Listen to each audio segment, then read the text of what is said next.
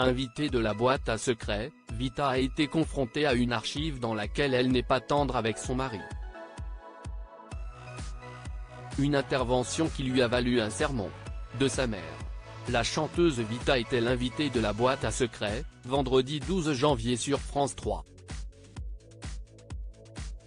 L'émission présentée par Faustine Bollard propose de concocter des surprises aux personnalités présentes, avec la complicité de leurs proches. C'est aussi l'occasion pour eux de dévoiler les anecdotes se cachant derrière des faits connus et de revoir des images qui ont marqué leur carrière. Concernant Vita, la production a diffusé un extrait de son discours aux Victoires de la musique de 2020. La chanteuse avait remporté, avec son ami Slimane, le prix de la chanson originale pour Ça va, ça vient. Sa dédicace avait alors beaucoup fait rire. Tu gueules tout le temps, cette phrase de Vita lui a valu des remontrances de sa mère. Je voudrais dire à mon mari combien je l'aime.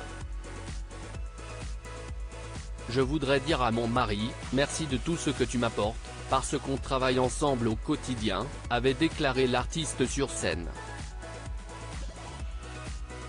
Elle avait ensuite ajouté, même si tu gueules tout le temps, je t'aime, cette victoire, c'est la tienne. Sur le plateau de la boîte à secrets, Vita elle-même a eu un rire un peu gêné en revoyant ces images. Faustine Bollard a alors supposé que l'époux de la chanteuse avait dû, lui, en reparler, de cette phrase. Mais apparemment, ce n'est pas lui qui a été le plus indigné. C'est quelqu'un qui a un vrai caractère. Les confidences de Vita sur sa mère. C'est ma mère, a révélé Vita, se lançant dans une imitation de celle-ci.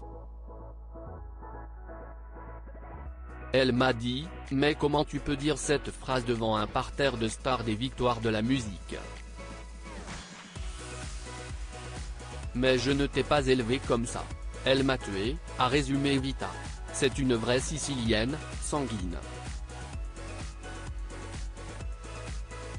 C'est quelqu'un qui a un vrai caractère, a-t-elle confié, rappelant que son nom d'artiste est en réalité celui de sa mère. Vita ne regrette pas pour autant sa petite phrase. Dans l'émotion, j'ai dit. J'ai été humaine. C'était bien, c'était vrai, a de son côté jugé Daniel Guichard, également sur le plateau avec Christophe Willem. Article écrit en collaboration avec 6 médias.